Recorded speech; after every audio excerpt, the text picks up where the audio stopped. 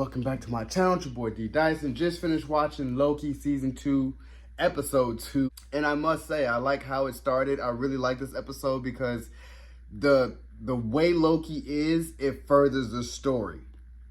Thus, every episode we get, I always feel like it's furthering what we're into now is the multiverse saga, because this is a multiversal show that they're doing as Loki's jumping through time. So we start with 1977 in London, where Mobius and Loki get to the UK, and he's kind of, and the first thing Loki says is like, yeah, she's not here. He's like, man, she's used to destruction and chaos, because in season 1, that's where she was. Like, she was always in a timeline where it was apocalyptic, where that place was about to be wiped out. That's kind of where she was hiding. So he already knew when he came in. It was like, man, she's not here. But we get in the previous episode, X5, the one that was in the courtroom, was like, this changes everything. So in this episode, he's in 1977 as a movie star, as Brad Wolf. So Brad Wolf is here, and they kind of, when they finally kind of see him, they kind of like, oh, wait, hey, Morbius, how you doing? Like, what are you doing here, basically? So that's why I was like, then he sees Loki, then he kind of wants to run away. Of course he's going to run away. And as he's running, we get classic Loki. Loki is up to his tricks. He hits him with the magic, and then he just does magic throughout. Now, one of the best things that I've seen with this was, as he does the illusion trick of, multiple hymns, and then he uses a shadow to hold you in physical form. And I was like, whoa, I never seen you do that before. So I was like, that was dope.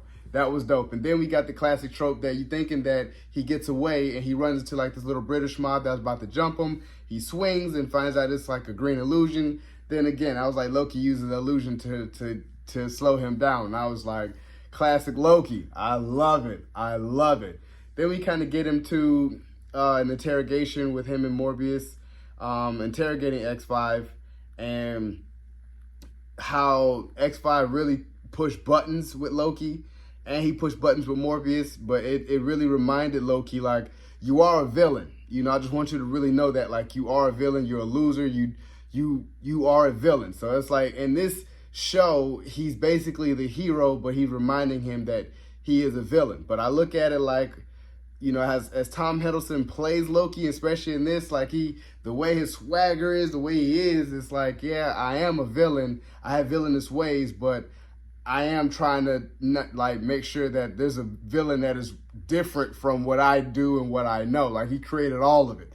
So trying to stop that. And I really love how he just is reminded of it as he's a villain. And then when they do the interrogation, he locks the door, and he just kind of like, I don't know what this does. And he really gets it out of X5, where is Sylvie. So I was like, that's dope. And then we get over to Ouroboros and Casey and X-15, and trying to figure out what are they going to do. And I love how they kind of go to Casey. It was like, yeah, Casey knows everything about the 10 pad. I was like, yeah, that's not there, with the 10 pad. It's not what he says. And I was like, okay, that's dope. And he finally meets Ouroboros. He was like, yeah, you're Ouroboros. And he was like, you're the one that wrote the TVA handbook. And he was like, yeah, can I get an autograph? So he was like, I know it basically verbatim. So they're kind of like fanning out on each other, because that shows that Ouroboros is really, way down there. Also that Casey's been pruned before, from He Who Remains. So I was like, that's cool to kind of see them kind of interact.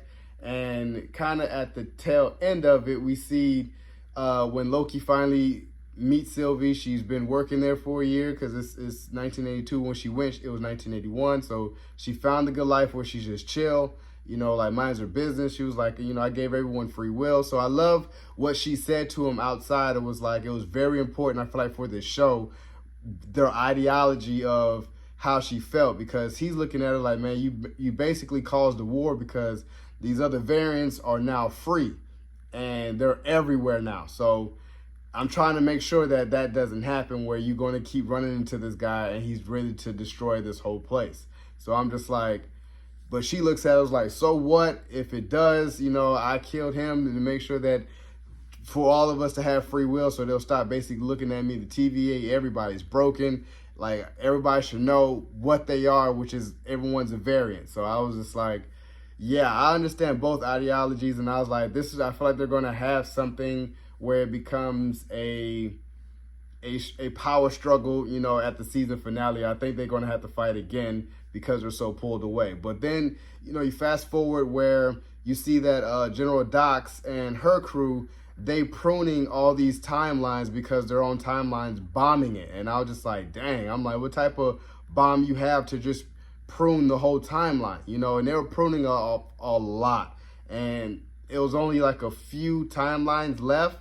And that's how they found Red Slinger.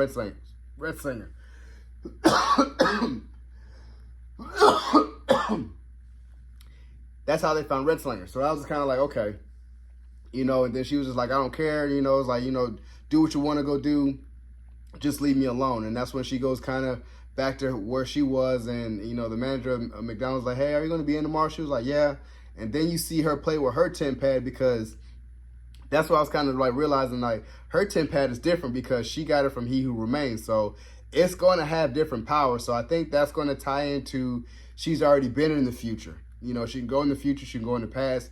So she's going to probably investigate what Loki said. Was like, I saw you in the future and you were looking for me. So that's why I was like, she's probably really going to jump back into the TVA to see what's going on and what he means. So I like how they ended this whole episode. I want to go back and look at it again. And the fact that there's no post-credit scene at the end, I was kind of like, okay, is there one? But it's not. And I was like, okay, you're really building this up, because she has something different that nobody else has. And that's going to be important for this whole multiverse of saga, is that He Who Remains 10 pad, that's going to be important. So, you guys enjoyed my review of Loki Season 2, Episode 2. Subscribe to my channel, post a comment down below, and like the video. It's your boy, D. Dyson. Peace.